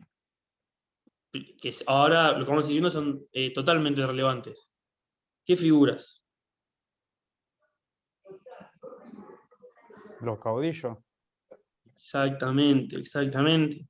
Que los caudillos eran los grandes terratenientes, los que tenían el poder, que el poder político ya existía, pero bueno, a medida que van pasando los años, son los que empiezan a crecer de manera bastante agigantada, digamos. Pasamos de hoja, vamos a la 162. Y bueno, la pregunta que yo voy a plantear para ustedes era, ¿qué dificultad, porque esta autonomía que tienen las provincias, digamos, no tiene su contracara? ¿Cuál era el problema que tenían las provincias? Para ustedes, está en el texto, en el segundo párrafo, pero ustedes, ¿qué problema pueden llegar a las provincias? Piénselo hasta el momento de hoy, si no tienen un gobierno autónomo, o un gobierno central no autónomo, perdón. ¿El problema para recaudar impuestos sería? No tanto eso, porque sí, es por ahí. Pero piénsenlo un poquito, está en el texto, pero también piénselo ahora. Imagínense, Que con las cada uno provincias iba a más querer, chicas. cada uno iba a querer tener su autonomía, No, ya la tenían ¿no? la autonomía. Eso ya lo tenían. Ahora, en este momento, cada provincia es autónoma. No hay ningún tipo de alianza, por decirlo de una manera. un problema ¿Qué problema puede económico. surgir?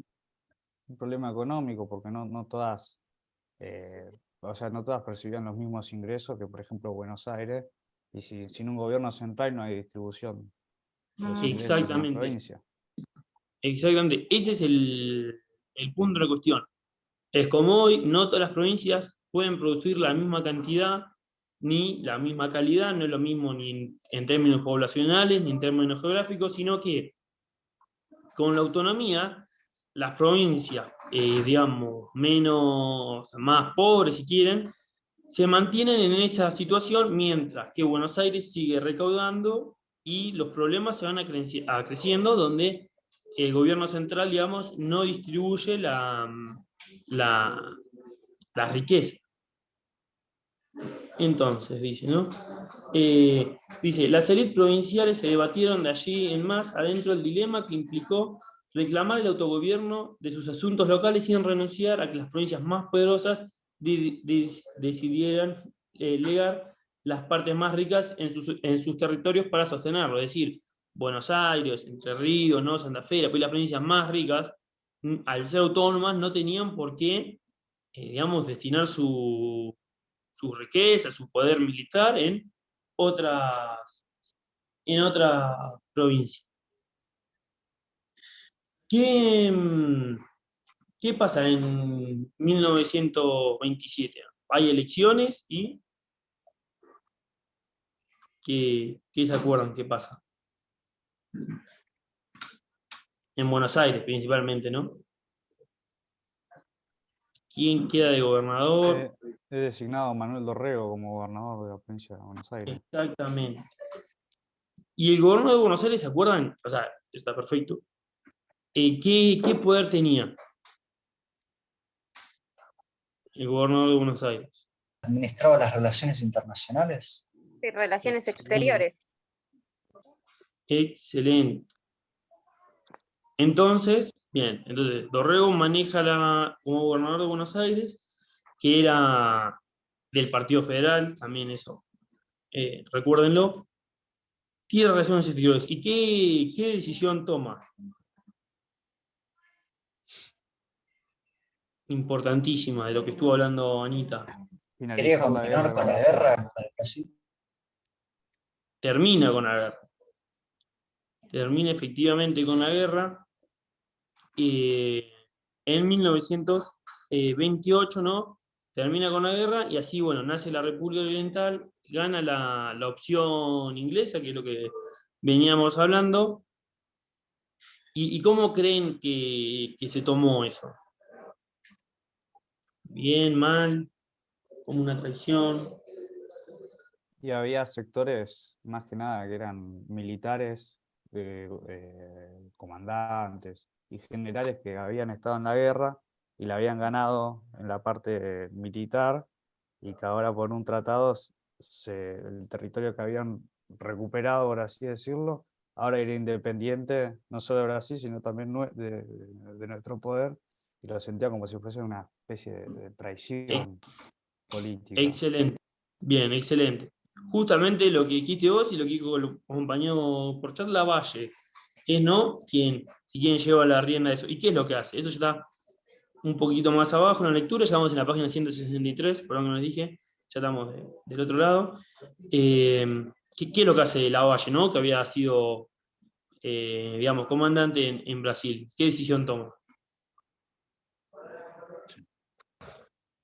Y decide destituir a Manuel Dorrego del gobierno, y después de una persecución lo termina fusilando y se queda él en el poder de la provincia. Exacto.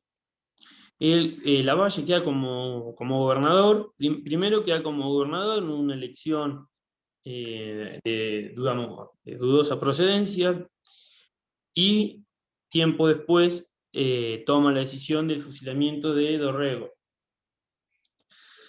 Entonces, ya pasando, estamos yendo un poco rápido, pero por lo que vienen respondiendo, están entendiendo todo.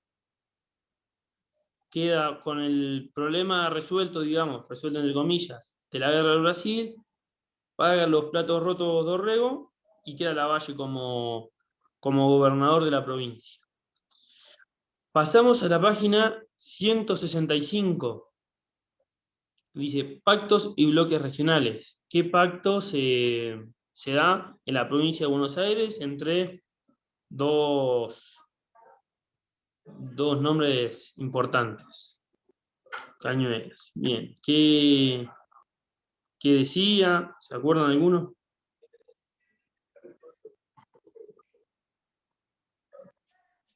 Lo que yo me acuerdo de los pactos uno, el primero de Cañuelas y el segundo de Barracas, es que principalmente era entre Lavalle y Rosas, era como si fuera una especie de negociaban una transición política, porque Lavalle, después de haber sido derrotado en una batalla y esas cosas, que no quería ser más gobernador, y estaban negociando una transición, por así decirlo, Bien, de la figura vayamos política. Y sí, un llamado a elecciones era. No, digo, lo que es, vayamos de a poco, lo que venís diciendo está perfecto, por ahí es como muy por arriba, pero venís bien, a eso hay que ajustar un poquitito, pero lo que venís diciendo está excelente. Primero tenemos a Rosas y a Lavalle, ¿no? Que firman el pacto de Cañuelas. Rosas, que no lo aclaré, era el comandante de las milicias de la provincia de Buenos Aires, es decir, era un hombre de renombre justamente en la provincia. Y Lavalle, que era, bueno, quien era gobernador en ese momento. Entonces, lo que hacen en el Pacto de Cañones es llevar una lista unificada entre los dos, del bando unitario y bando federal, ¿no? Entonces, era como, digamos, uno y uno, ¿no? Un unitario y un federal. Pero bueno, eso no contentó a la mayoría de la gente, ¿no? Y la violencia, bueno, estuvo al orden del día, ¿no? Un problema, digamos, político bastante importante, y Lavalle anula las elecciones. Y otra vez, al borde de la guerra civil, se arribó al nuevo pacto en Barracas el 24 de agosto, que se designa a un gobernador provisorio, que es Juan José Viamonte, que era un federal moderado que debía hacerse cumplir el pacto de Cañuelas. ¿Se acuerdan cuál era el pacto de Cañuelas? ¿Qué es lo que hace?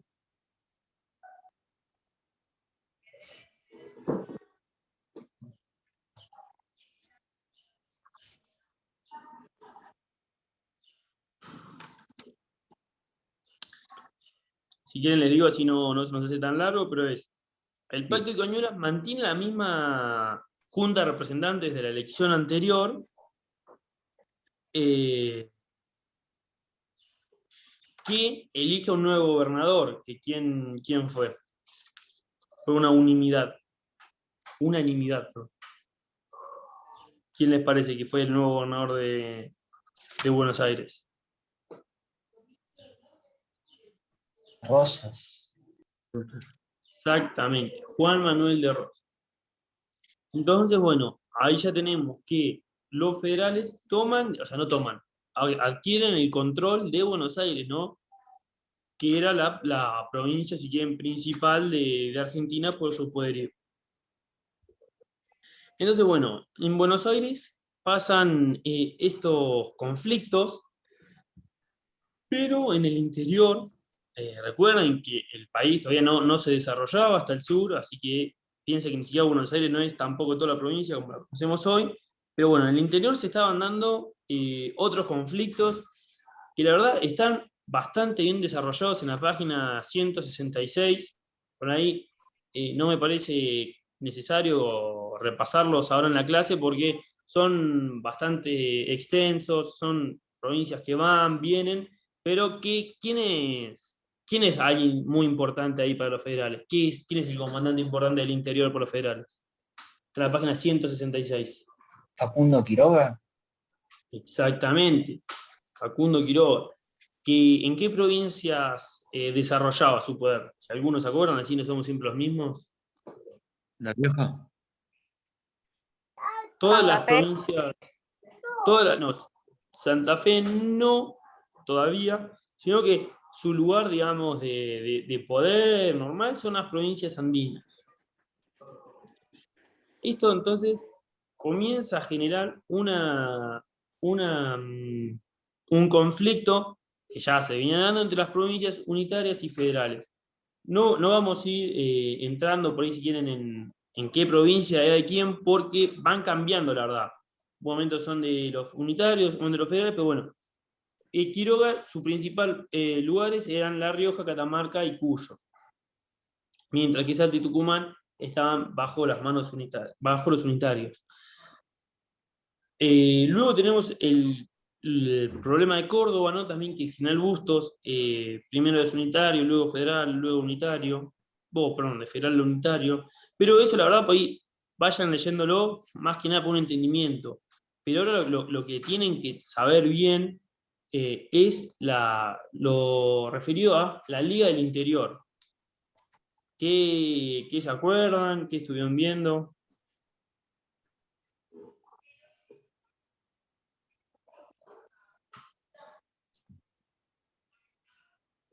O mejor, antes de ir a eso, ¿qué entre unitarios y federales realmente eran tan diferentes? ¿Cuál era su pensamiento? ¿Ese pensamiento diferente se mantenía? Ya estamos en la página 167, tercer párrafo.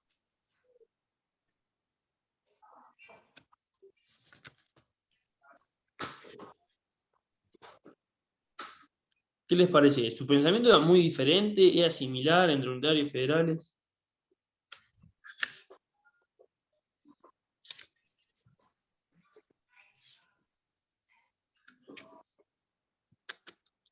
por lo que decía el texto, era como que eran muy heterogéneos los grupos. O sea, ni todos los federales Exactamente. eran iguales, ni todos los unitarios pensaban lo mismo. Exactamente, no. ¿Cómo podemos decir? O sea, es eso, dice, en verdad ambos bandos eran sumamente heterogéneos, ni los unitarios liderados por Paz tenían fuertes coincidencias respecto a la futura organización del país bajo un régimen de unidad, ni menos aún acordaban los federales en torno al significado que le daban a este. Tal como demuestra la correspondencia entre Rosas, López y Quiroga, principales líderes del federalismo, eran pocos los puntos en común respecto de la futura convocatoria a un Congreso Constituyente y allí las decisiones que debían tomarse. De hecho, luego de la disolución del Congreso Constituyente, los términos unitarios y federales ya no referían tanto a los modelos constitucionales o a formas de gobierno, sino en un debate a los lineamientos políticos más contingentes que no escondían disputas faccionales o personales. Es decir, ya no respondía tanto ser unitario federal a un pensamiento, sino pues más a un bando que estaban denominado estaba desarrollado en alianzas. Entonces ya, ahora también, pasamos a la hoja 169, ahora sí, a la Liga del Interior. Yo me había saltado algunos pasos. ¿Qué alianza se crea?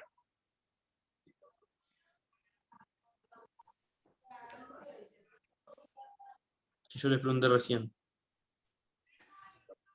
Será, no, del interior no. Sí, claro, la gente de La Rioja, Catamarca y Cuyo, donde no, estaba. es así. Quiroga pierde sus provincias en manos de los unitarios, ¿no? Y bueno, entonces las provincias unitarias pasan a ser numerosamente más que las federales. Y dice, ¿no? A mediados de 1830 los unitarios victoriosos buscaron institucionalizar el éxito obtenido a través de la formación de una liga de provincias, que además de comprometerse a convocar un Congreso Nacional para dictar una constitución, le entregó al gobernador de Córdoba el supremo poder militar con plenas facultades para dirigir el esfuerzo bélico y le retiró a Buenos Aires la representación de las relaciones exteriores. Muy importante. La Liga del Interior estaba montada sobre un fuerte control militar en cada una de las provincias ganadas a la anterior influencia del caudillo riojano, que ahora en Buenos Aires. ¿Qué provincias, si quieren anotar, estaban dentro de la Liga del Interior? Mendoza, San Luis, San Juan, Salta, Tucumán, Santiago del Estero, Córdoba, Cajamarca y La Rioja. O sea, la mayoría, excepto Buenos Aires, Corrientes y Santa Fe. Entonces, ya tenemos el país, que recuerden, no tenía un gobierno federal con una organización. Chao, Julieta, muchas gracias por asistir. El país ya estaba entonces dividido, ¿no? Teníamos de un lado los unitarios y del otro las provincias federales que todavía no estaban unidas. Pero ahora en la página 171, ¿qué es lo que pasa? Las provincias federales se unen. ¿Se acuerdan más o menos del Pacto Federal?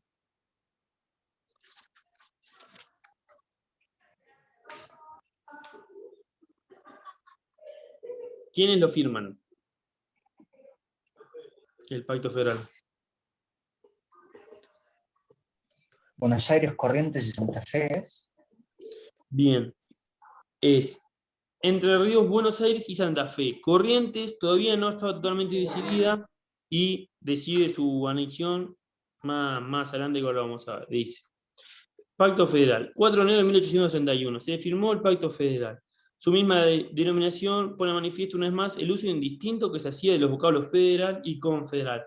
Acuérdense que la confederación va a ser donde las provincias, digamos, se manejaban de una manera más autónoma. Más no, finalmente son autónomas. Dice, en su artículo 1 se estableció que las provincias signatarias expresaban su voluntad de paz, amistad y unión, reconociéndose recíprocamente libertad, independencia, representación y derecho. El artículo 16 incluye una vaga y ambigua referencia a una futura reunión de un congreso. Es decir, todavía ellos no estaban pensando en una nueva constitución. Se estipulaba que la Asamblea Constituyente debía consultar la seguridad y el engrandecimiento de la República. Bien, Esta convocatoria, así como la facultad de declarar la guerra y celebrar la paz y de disponer medidas militares, quedaron en manos de una comisión de representantes de los gobiernos de la provincia litoral, con residencia en Santa Fe, integrada por un diputado de cada una de las provincias signatarias. El pacto fue firmado por Buenos Aires, Santa Fe y Entre Ríos. Que lo que veníamos diciendo, y Corrientes se negó en principio a ser incluida por no contener en el tratado definiciones más contundentes respecto del futuro del Congreso. Recuérdense que lo que veníamos hablando, es una alianza, si quieren, más militar que política. Entonces, de inmediato se iniciaron las operaciones militares para vencer a la Liga del Interior. Es decir, en 1831 ya tenemos el país dividido en dos, la Liga del Interior y el Pacto Federal. El Pacto Federal, Rosas, Quiroga y López.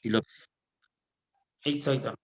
Entonces, bueno, dice, de inmediato, ¿no?, comienzan los conflictos entre estos dos potencias. Dice, Tancelo López asumió el mando supremo de las fuerzas federales y Rosas comandó las fuerzas de reserva desde San Nicolás. Ok, una cosa ahí, para que hagan hincapié y profundicen después del tema de la discrepancia correntina. La discrepancia correntina es una cuestión interesante que se plantea, porque ustedes vieron que los chicos fueron dando todos los hilos de pactos, y sepan diferenciar los pactos. Nosotros, los primeros pactos son, Pilar, Cuadrilátero, Venegas, son pactos interprovinciales, que reconocen a cada provincia como institución autónoma, que negocian entre ellos. El segundo bloque de pactos, que es Cañuelas y Barracas, son pactos políticos realizados para organizar la provincia de Buenos Aires entre dos sectores políticos. Y el tercero, la respuesta a la Liga del Interior, que es el Pacto Federal, no se olviden que es uno de los pactos preexistentes que después la Constitución del 53 va a mencionar y que termina siendo uno de los pactos con mayor desarrollo y que va a mantener la cohesión en la Confederación Argentina en el futuro. Pero la discrepancia correntina con el tema de la situación de la navegación de los ríos, de la comisión representativa y demás, tienen que visualizarla y profundizarla. Ahí le aclaro a Eva, Pilar, Venegas y Cuadrilátero. El desarrollo, que es el texto a continuación, es cortito, pero bueno, ya estamos en la hora, y es del respecto de las batallas, de cómo se dan entre el Pacto Federal y la Liga del Interior. Vamos a resumirlo así, ya pueden ir tranquilos. El Pacto Federal, que digamos, tenía un ejército un poco más numeroso, logra conquistar el resto de las provincias, ¿no? Y otra vez, bueno, el país vuelve a tener un solo color, dice, ¿no? El desmoramiento de la Liga del Interior dejó a buena parte del territorio bajo el control de los tres principales líderes federales, Rosas, Quiroga y López. En concordancia con las disidencias internas, durante los años siguientes se disputaban entre los tres la hegemonía regional. Quiroga volvió a dominar el frente andino y a crecer su tradición inquina contra el gobernador santafesino. López introducía su cuña en Córdoba apoyando al nuevo gobernador y colocaba en el río a su acólito, dice, Pascual Echegui. Rosa buscaba controlar la concepción internamente su poder en Buenos Aires mientras se desarrollaba las estrategias de alianza en pos de convertirse en el supremo árbitro de la futura confederación. ¿Qué vamos a decir? En muy rápido, a ver, no que lo diga yo rápido, muy rápidamente la Liga del Interior es vencida. En el mismo año que se firma el Pacto Federal, ya la Liga del Interior, por diferentes situaciones que se van explicando, cae. Dame un segundito. Cae. Entonces, bueno, los tres comandantes principales federales toman el control. Obviamente que no tienen que... Esto también por eso no lo expliqué, no tienen que saber cada provincia, cada batalla cómo fue, quién estuvo durante cada provincia, por eso lo estamos explicando rápido. Tienen que entender los pactos, tienen que entender que había dos posiciones diferentes, cuáles son sus diferencias, por eso estamos haciendo hincapié en esas cosas. Dice, una vez culminadas las acciones militares, Corrientes advirtió el riesgo de quedar excluido el Pacto Federal y decidió suscribirlo un camino que más tarde fue imitado por el resto de las provincias. El motivo él dice, el pacto se convirtió entonces en un nuevo escenario de disputa, esta vez entre los líderes federales vencedores. El motivo del debate fue la comisión representativa y las facultades que se le conferían. Rosas se opuso a la continuidad de la comisión, ya que no solo competía con sus atribuciones de delegado de Relaciones Exteriores, sino también además le quitaba el control del futuro Congreso. Dado que se hallaba reunida en Santa Fe, la comisión le daba a López un poder potencial de que Rosas recelaba. Es decir, seguimos, aunque gana la Liga el Pacto Federal, seguimos sin tener un poder central. Lo que se decide es una comisión, ¿no? Una comisión representativa, que ahí se iba a determinar el futuro, ¿no? del país. Entonces, para ello apelaba al argumento de que las provincias no están preparadas para constituirse. Afirmaba que era conveniente que se manejaran a través de pactos y tratados parciales, recíprocos, y enfatizaba la necesidad de lograr una pacificación definitiva.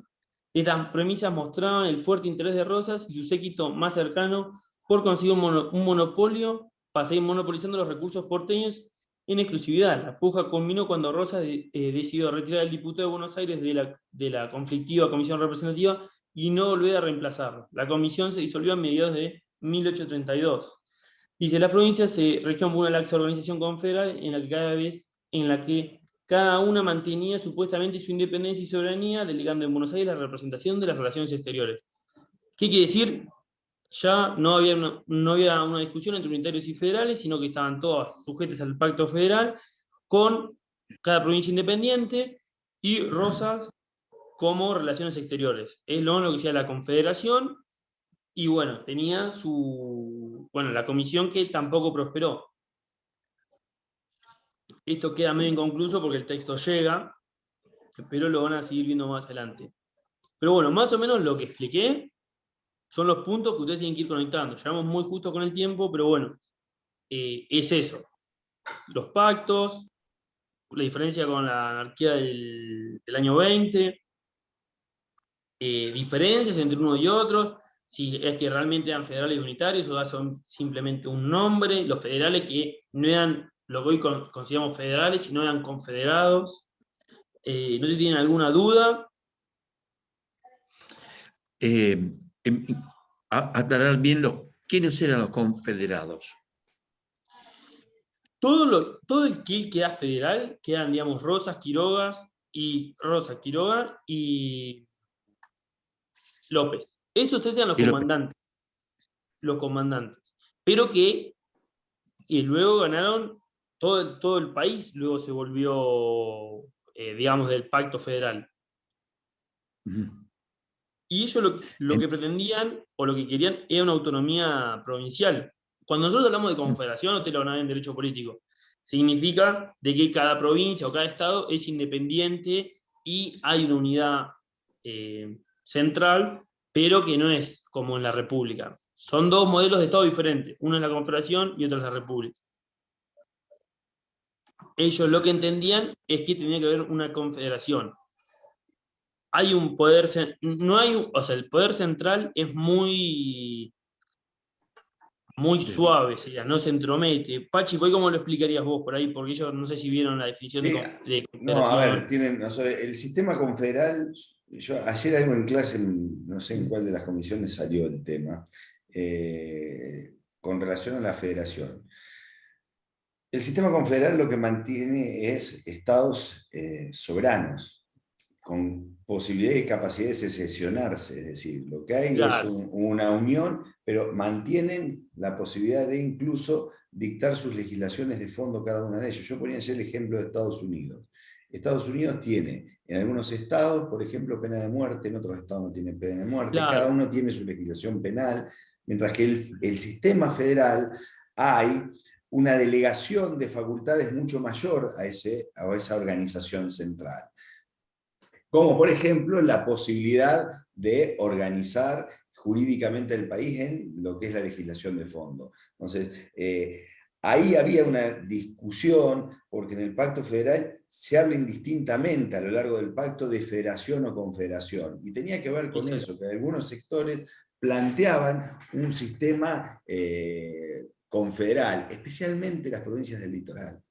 Ahí es donde viene, y esto viene arraigado con algo que hoy yo les marcaba, el hecho de en la Asamblea del año 13, ya desde ahí los pueblos del litoral, especialmente de la banda oriental, tenían proyectos confederales constituyentes. Es decir, el término, así como ahí apareció el término federal, la organización que planteaba Artigas en ese momento era una organización confederal. Esto se fue desarrollando, finalmente terminamos con una federación con características muy particulares. Por mi parte, ya estamos, y también los de horario ya estamos. Así que cualquier duda que tienen, saben que por los grupos, yo estoy en todos los grupos, y cualquier cosa a Pachi le pueden escribir por el campus. Bueno, Bueno, chicos. No se agarren los pelos, quédense tranquilos, estudien, y bueno, vayan preguntando. Nos queda una semana técnicamente donde se ven los últimos temas, y una semana toda de repaso, para antes de llegar a la tortura. Así que, bueno, los esperamos en estas 2 semanas. Sí, una pregunta, una idea respecto a esta cuestión de la confederación planteada por la banda oriental en general. ¿Está asignado por una cuestión económica quizás? O sea, ¿tiene que ver con todo el problema económico que hay respecto a la aduana? Pues es que, a ver, hay dos partes en esto, me parece. La primera idea del proyecto constitucional de la banda oriental, que es un proyecto confederal, no tiene vinculación con el tema puerto y aduana de Buenos Aires. Claramente hay una influencia en ese momento de lo que es la Constitución de Estados Unidos, de lo que es el federalista de Hamilton, especialmente en Artigas. A partir de que avanzamos y que el desarrollo del puerto de Buenos Aires se va dando, no solo en todo el aspecto con relación a los pueblos federales, ahí empieza a ponerse en crisis esa situación. Porque hay algo que muchas veces no se ve, o el interior del país era un interior muy pobre. Es decir, nosotros se viven realidades de mucha pobreza en muchos lugares de las provincias unidas del Río de la Plata, porque no hay una distribución de esos fondos. Y esto se va a profundizar. Y de hecho se profundiza, o sea, nosotros no tenemos a Uruguay, pero de hecho se profundiza en el periodo rosista.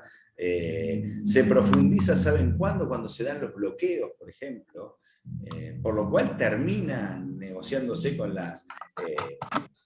tanto con Francia como con Inglaterra en los 2 bloqueos, porque la verdad es que eso agudizaba la situación. Pero bueno, el centralismo y el poder de decisión económica y política de Buenos Aires es claramente condicionante de toda la realidad de lo que va pasando. Bueno, chicos, tengan un muy buen fin de. Nos vemos. Saludos a todos.